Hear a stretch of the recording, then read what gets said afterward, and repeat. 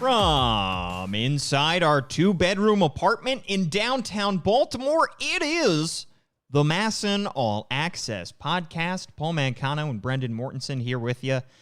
As always, live on Facebook, YouTube, Twitter. You perhaps could be listening to us on Spotify, SoundCloud, Apple Podcasts, Google Podcast. If you are, give us a like, give us a review, give us a subscribe. All that good stuff. 5-star review. Brendan, how was your Christmas? It was wonderful. Good. An intro so nice. We're doing it twice. It was nice to... Yeah, we tried this going live. These are the difficulties of running a show out of your kitchen. Yeah. It's literally what we're doing. But it was lovely. It was nice to go home and see some family. Like I said before, nothing too crazy. We said 5 times. Deja vu. 5 minutes ago. All over again. Yeah. Nothing crazy, small family gatherings. This is only for the people that watched the first time 5 minutes ago when we got 5 minutes into the show, 2 minutes into the show. Yeah, 5 minutes is generous. Yeah, and let's hope it doesn't happen again because then you'll be hearing Brendan's Christmas story a third time. It's not very thrilling. I went home and saw some family, and it was nice. Yeah, good. That was it. That was the Christmas story. Well, my question for you, Brendan. Yes. What are the 12 days of Christmas? When are they? I would think, to be honest with you, this isn't a question that I have contemplated. You haven't? No. When do you think that the 12 days of Christmas I have not been are? up at night racking my brain about when the 12 days of Christmas are. No, but were you taught at some point when the 12 days of Christmas occur? I don't think I was. Okay, because I had a debate on Christmas Day with a very small gathering. We only had my uncle over, so it was a very 5 people at most. And he was under the impression that the 12 days of Christmas began on December 13th and ran through... The 12 days leading up to Christmas. Yes. Is that what you believe? I don't quite know if I believe anything. Okay, but because, yeah. I'm not Your not world sure. is about to be shattered if this is... That would have been my guess. Because my sister and I jumped in and said, no. We went to Catholic school for far too long.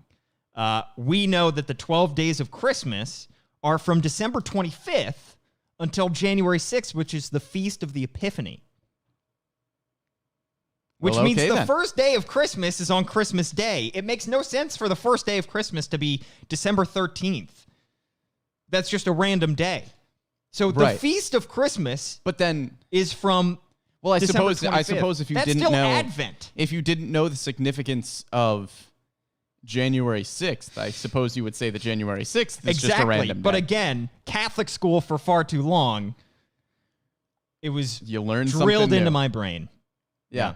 So I don't know. I suppose we are still in. So this is what? The 25th, 26th, 27th. Today's 29th? 28th, so we're still in the 29th. days of Christmas. Today's the 5th day of Christmas, which means today is 5 golden rings. Wow. Where are my 5 golden rings, Brendan? I didn't get you any. Something to learn for next year. I guess so. All right. Well, we're going to talk baseball at some point on this podcast. We are going to give our New Year's resolutions, and then we're going to preview something that we call the All Camden Yards Draft. We'll explain what that is and what we're going to be doing for the All Camden Yards Draft in a week later on in this podcast. But first, Brendan, we want to talk about what got us thinking along this topic. I don't know if you've seen, but the San Diego Padres appear to be making some moves. Yeah. It's good because they have made more moves than the rest of baseball combined this offseason, it appears, and all within the past 48 to 72 hours. They are single-handedly making the offseason exciting. No other team is doing anything, I think, is the only other team that's really made any significant moves are the Royals. The Royals signed Carlos Santana. The Nationals traded for Josh Bell. Mm-hmm. I would say the Mets signed James McCann.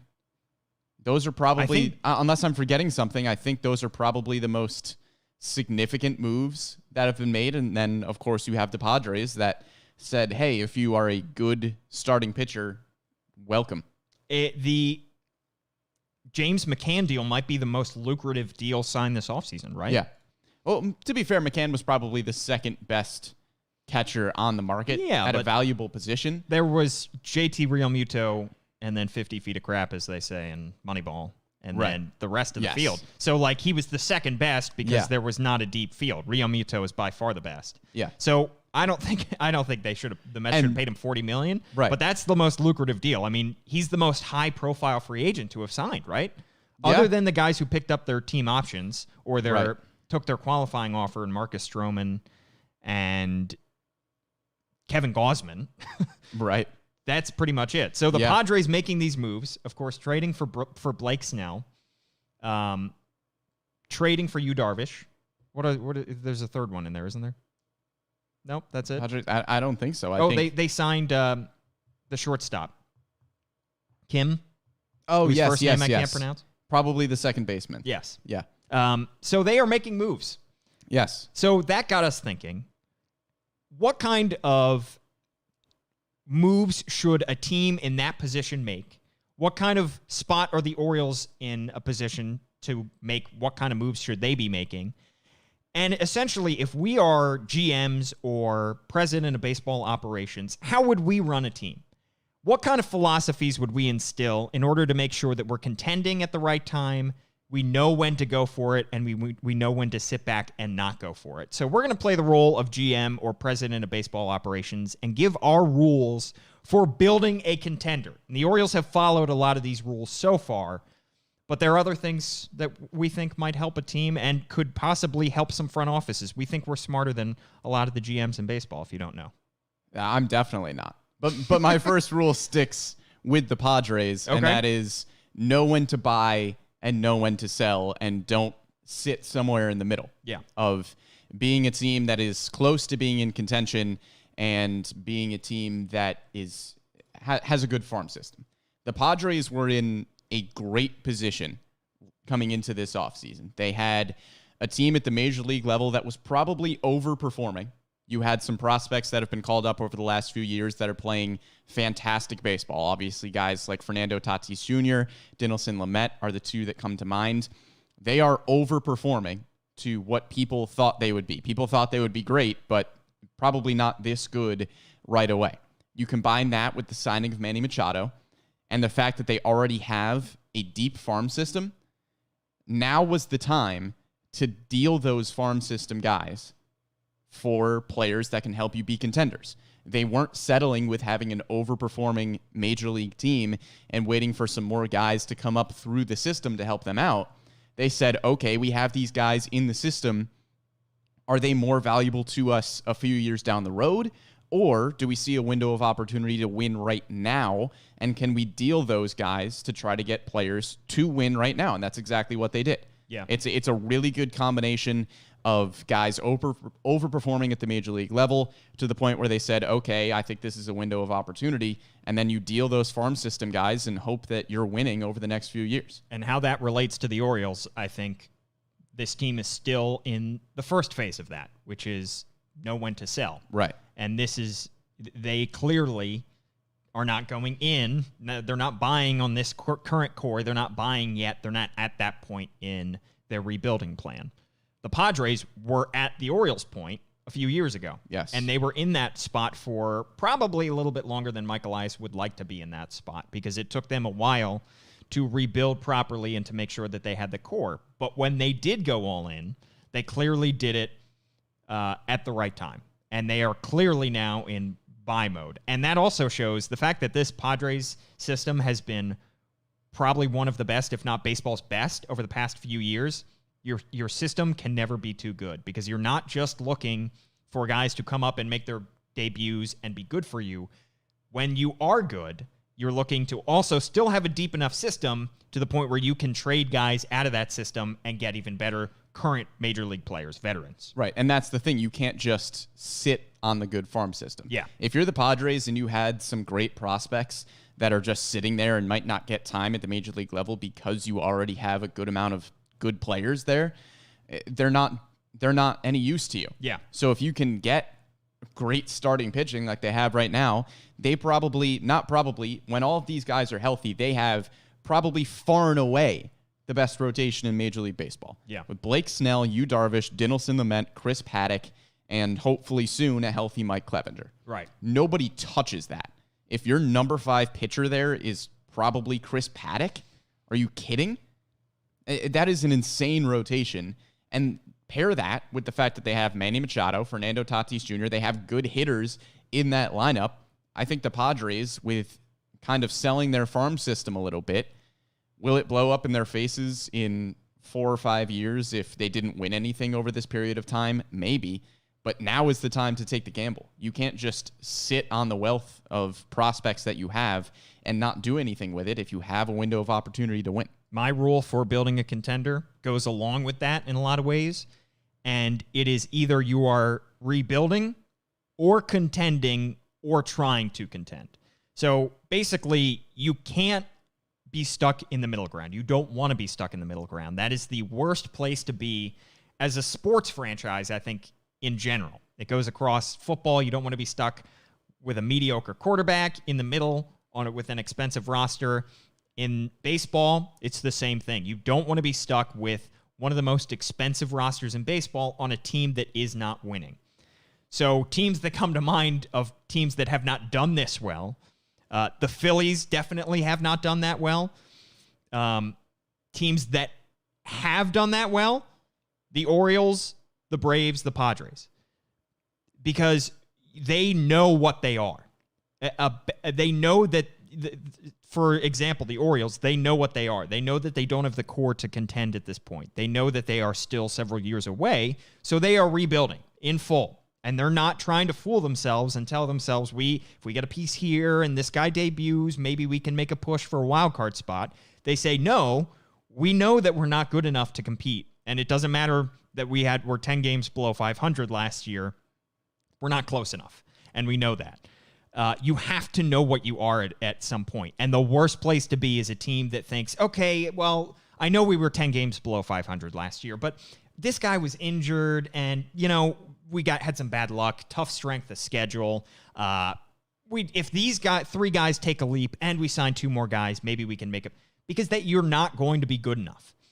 You have to either be rebuilding, which means you are tearing this thing down and you are trying to get a high draft pick and you're trying to save money in order to contend in the future, or you are contending. And if you are contending, go all the way in, like the Padres have done. Don't say, all right, well, we still have a good farm system, so if this doesn't really work out, maybe we can get better in a couple years. Get good now, because you have to capitalize on when your guys are the best. When you have a core group of players that are really good and you think you can win with, you have to surround them with enough talent to get them over the hump.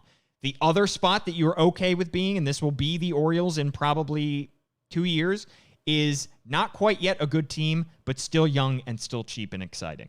Yes, I think the worst place you could possibly be is a mediocre team with aging veterans. Yeah.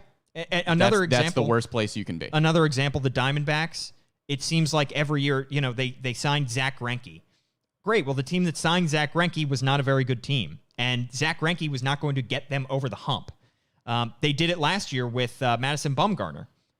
That Diamondbacks team wasn't good enough, and Madison Bumgarner was not going to be the difference between a bad team and a good team. It was going to be the difference between a bad team and a slightly better team, and he ended up not being that good. So they wasted money on that deal because they thought, okay, we are contending, but we're not going to go all the way in on this. So either you're rebuilding, contending, or you're young, exciting, and you're on your way to contention. Yeah. And okay, so the next one isn't one of my rules, but it's a comment on YouTube from Matt Richmond that I want to address. It says, contenders need money. First of all, I raise you the 2014, around that era, Kansas City Royals. Also, first of all. Yeah, well, the 2020 Tampa Bay Rays. That as well. The 2020 Tampa Bay Rays. Who were 29th in payroll, I believe? Yes. I think the large market fallacy is overblown a little bit. Is it easier to sign big name free agents if you are a big market team? Yes. However, all that really does is give you a little bit more flexibility. A big market team can still sign a player to a really bad contract and have that hamper their team down the line. Look at the Mets with a Robinson Cano contract. Look at the Tigers, who were contending for a little while, signed Miguel Cabrera to a big contract. They're now hampered by that contract. If you are a bigger market team, It just gives you more flexibility with those contracts. You Right. can miss on one. Larger room for error. Larger room for error. But that doesn't mean that you can't be a small market team and still contend. The Padres aren't the biggest market in the world. They're spending their money. They signed Manny Machado to a big deal, but they're not the Yankees. They don't have tons and tons of unlimited funds. The Tampa Bay Rays are certainly not a large market team. The Royals, like I talked about from, the mid-2010s, they are not a large market team. What the Royals did was build a really good farm system and work up from there so that they don't have to go out and sign huge free agents. And by the same token, we do see a lot of large market teams succeed because they have larger room for error, like we talked about. The Dodgers, they're in LA. They're going to make money hand over fist, and they are going to use that to get 7 straight division titles. But they also have to be good at building their team. Exactly. The New York Mets, huge market, biggest market in America. They haven't made the playoffs since 2014 when they made the World Series? Yeah. When they lost to the Kansas City Royals, a small market team. So you can still have a big market team fail miserably, and you can have a small market team succeed. It just is a matter of room for error. So, Matt, may I say to you, I would modify that sentence from contenders need money to money helps contenders. I will also say, though, Matt is clearly a fan because he's calling our content great. So thanks, Matt. Let's give him a shout out. What's your next rule, Brendan? My next rule is don't ignore holes on your team, which seems really obvious. However, there is one glaring example in Major League Baseball of a team that has every single year seemingly avoided the same hole on their team. That is the Los Angeles Angels. It's kind of a joke among, baseball Twitter that every Los Angeles Angels fan says, man, if we just get that one pitcher, this is going to be our year. But that's almost kind of the case. Almost kind of. Their lineup is fantastic. They've got Mike Trout. They've got Anthony Rendon. They've got Shohei Ohtani. They've got Joe Adele coming up. They have a lot of good hitters. However, I can't remember the last time that the Angels had a really good starting pitcher. The last one that comes to mind is like prime Jared Weaver. Yeah. Probably.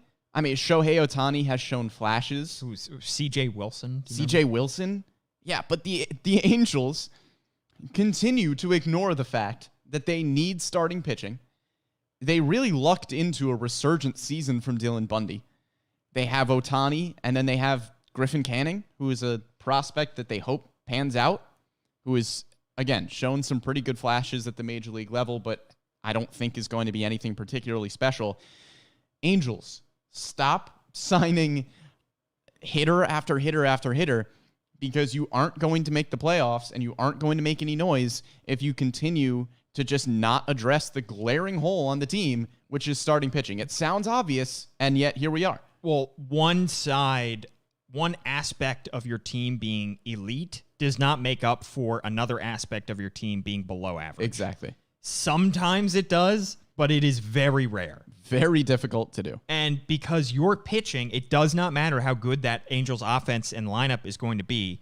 Pitching lost them so many games this year. I wasn't watching all their games because the Orioles never played them. They were on the West Coast. But you look at their stats and you look at their box scores every night and you say pitching lost them this game. It does not matter if Mike Trout and Anthony Rendon and even Albert Pujols are mashing in the middle and Shohei Ohtani are mashing in the middle of your lineup. If your pitching is giving up 6 runs a game, you're not going to win. So I wholeheartedly agree with that. You cannot go all in on one aspect of your team and just say, we're going to win with this way and this way only. Their ERA, you have to have a balanced team. Their team ERA was a 5.09, which was good for 5th worst in baseball. Yikes. And that's not to say don't sign good players. Anthony Rendon is a great player, but they would have been better off. The idea, they went into last offseason, I remember, and they were just saying, we want somebody. And if it's not Garrett Cole, it's Anthony Rendon. Well, no. That's not how it works. That's not how it works. Yeah. If it's not Garrett Cole, then it's the second best pitcher. It's the second best starting pitcher. You don't just switch over to a position player and say, well, if it's not Garrett Cole, then it's the best hitter on the market. Well, you don't need hitting. And they didn't.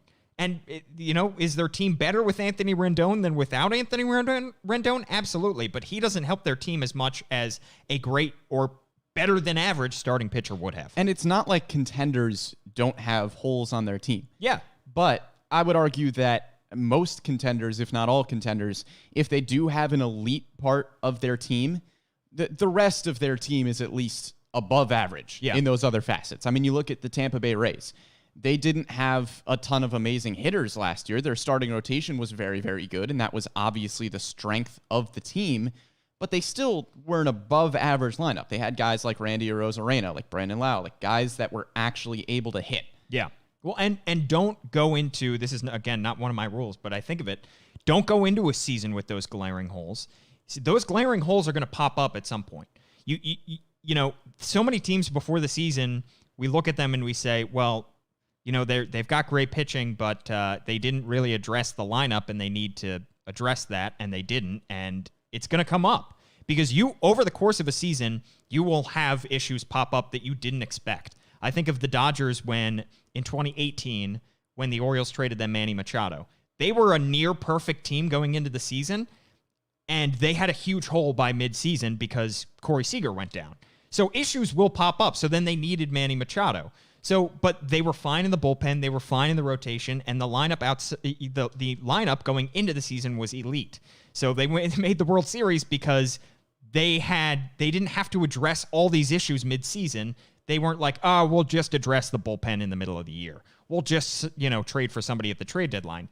Issues are going to happen to your team that you don't expect. So when you have an issue that is obvious to everybody from the outside, you can predict what's going to happen to your team. Don't assume that you can fix it at the deadline, especially because teams are going to look at your team as an opportunity to get above average value for somebody. Because you are in desperate need of a position, they're going to look at you with a vulturish expression and say, we are going to absolutely swindle this team because we know they are in desperate need of X.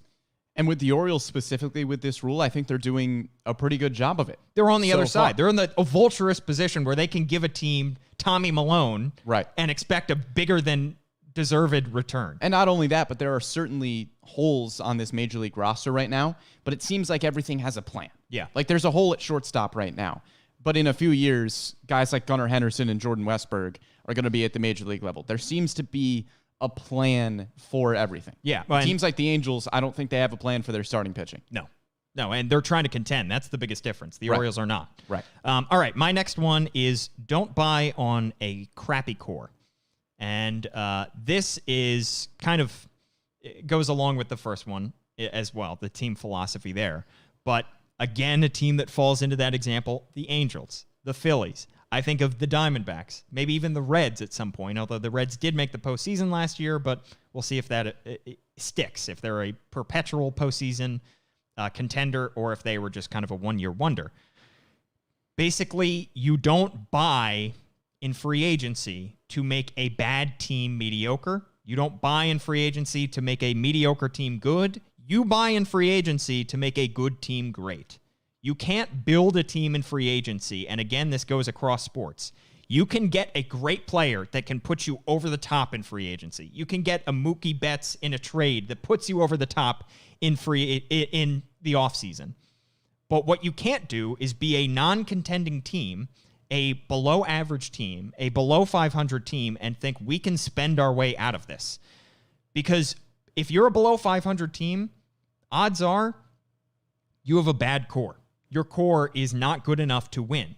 So what does that say? You probably need to either tear it down or boost your farm system or wait another year and see if that team gets better.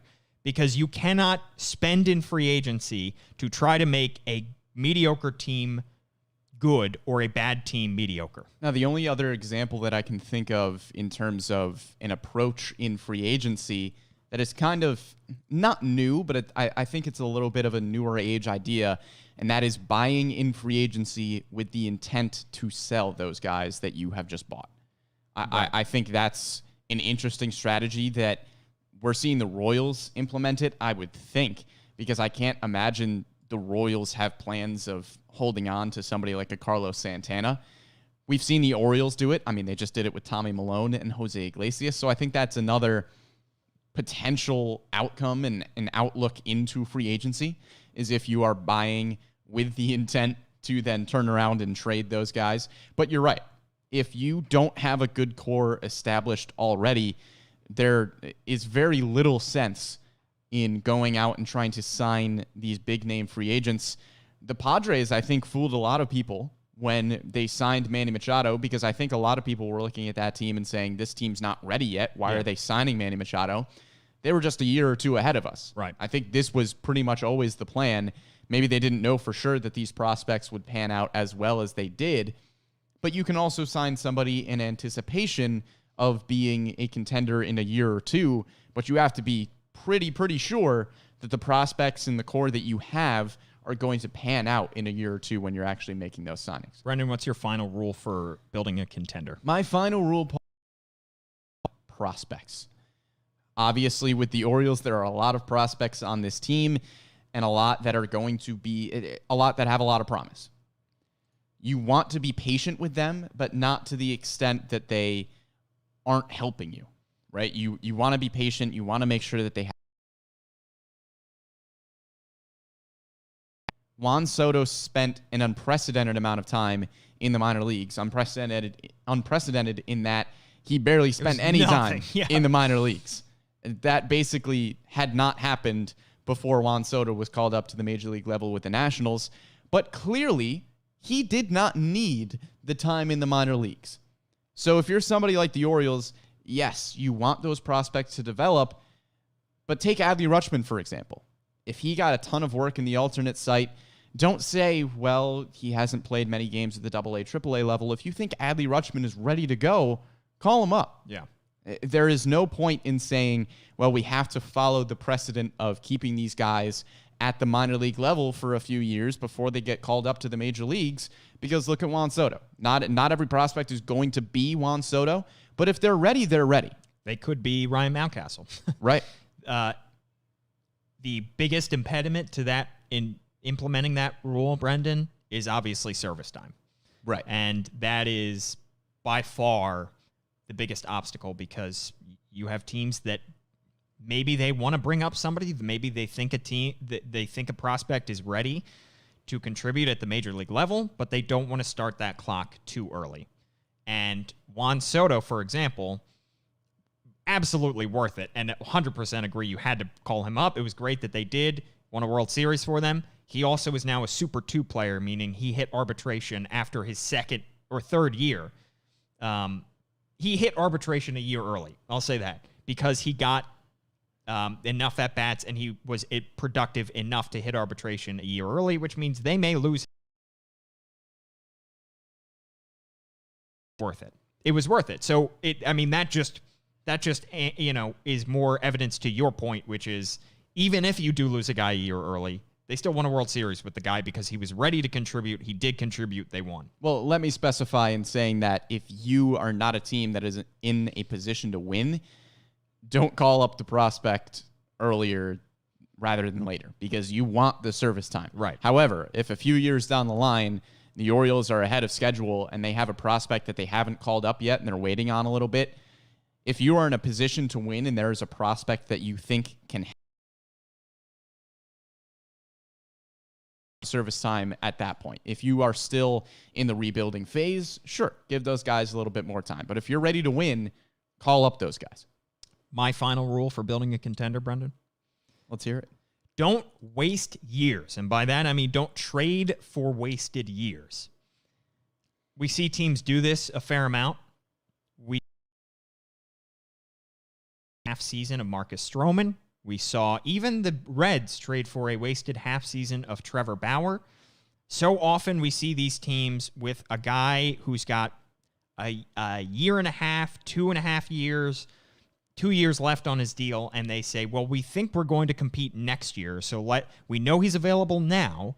Let's go and get him because we know he's a good player, and while we may not be good enough right now, we think he's going to be better in a year. The problem with that is you end up having to overpay because you're paying, whether you like it or not, you're paying for that half year, like the Mets did with Marcus Stroman in a year they didn't make the playoffs, like the Mets did with Miguel Castro this year in a year where they clearly were not good enough to be a competitor and contend. Miguel Castro is another year closer to free agency, is another year closer to leaving the team. And they were not good this year. And he was not the difference in them making a playoff spot, making the playoffs or not. So don't waste years from guys. Either it goes again and contending, or you are not. You're either rebuilding or you're winning. And don't trade for years on contracts where you think that it's going to work out in the long run, because the Reds got a year and a half of Trevor Bauer. If he walks in free agency, and really the only time they could use him was that 1 year. They wasted the half year when they didn't make the playoffs on him. So was that worth all the guys that they gave up for 1 year, essentially, of Trevor Bauer? We'll see. Probably not. Probably not. And with that wasted years, we, again, have been talking about the Padres a lot, but with good reason. We have a question on YouTube from Brooks that says, should the Orioles do something similar to the Padres when they signed Machado early if the Orioles feel that they're close? I think we've talked about this on previous podcasts, but I will say yes. Yeah, I would say yes as well. And to your wasted years point, having Manny Machado after 5. 10 years with an opt-out after 5. $300 million. Now, maybe the first 2 years of that Manny Machado contract, the Padres don't think that they are going to compete.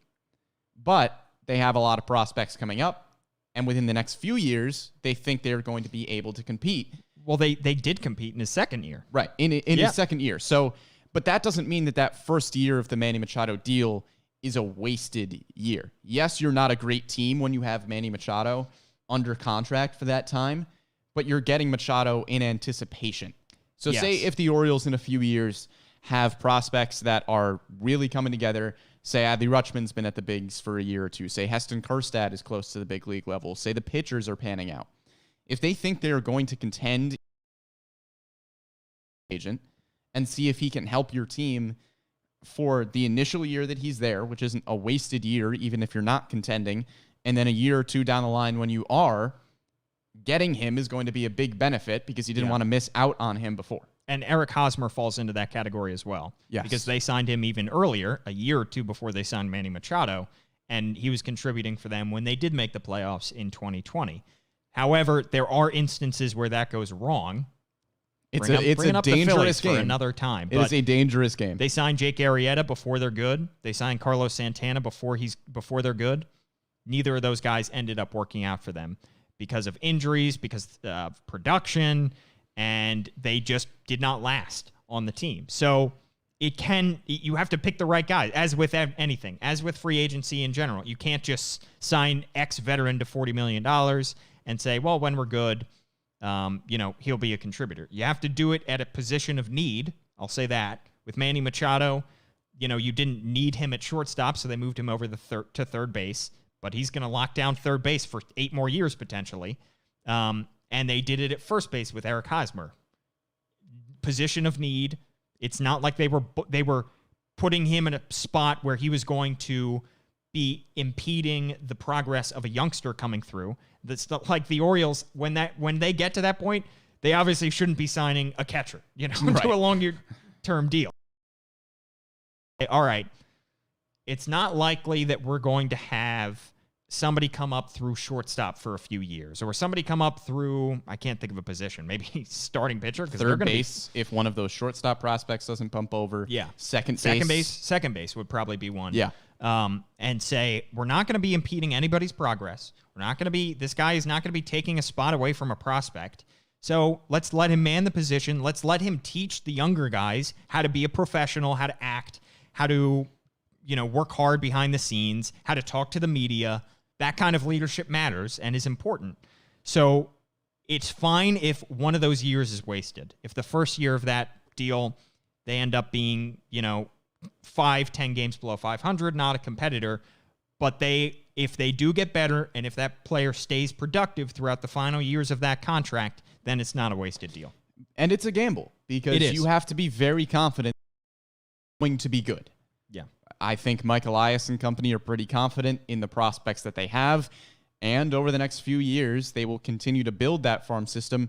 So in a few years, to answer your question in a very long way, Brooks, I would say yes.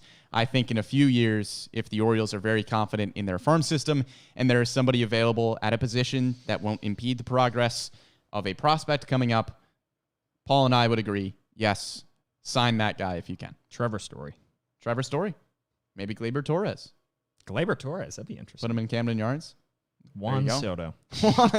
Juan Soto. Give him literally $1 billion. Blank check. That is the blank check. All right, let's talk about our New Year's resolution. Let's do it.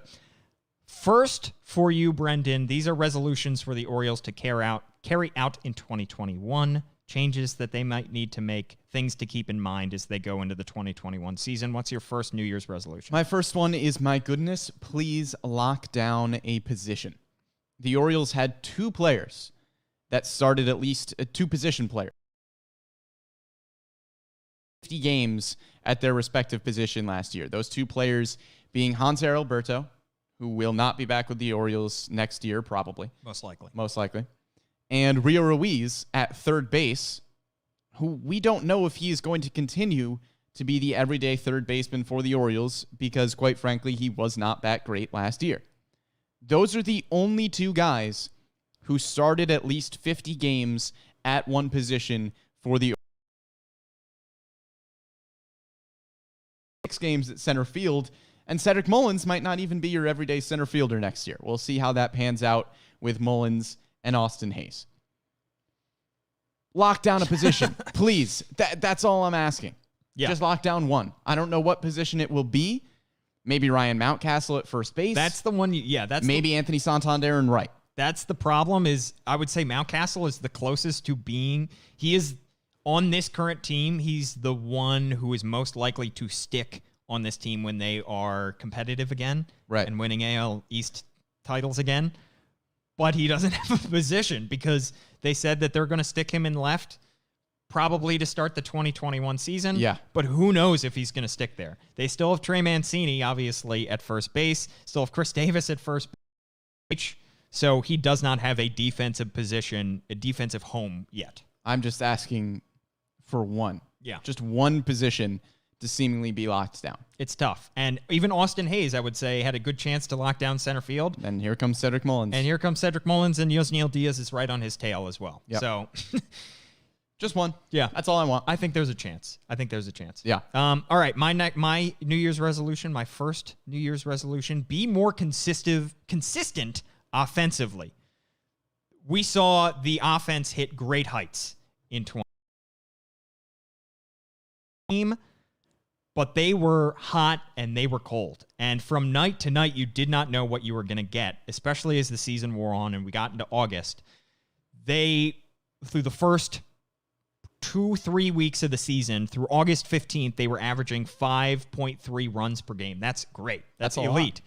Then from August 16th to August 31st, another 2-week stretch, they averaged 3.6 runs per game. That's not a lot. Here 0 runs, 1 run, 1 run, 1 run, 14, 1 run. Oh.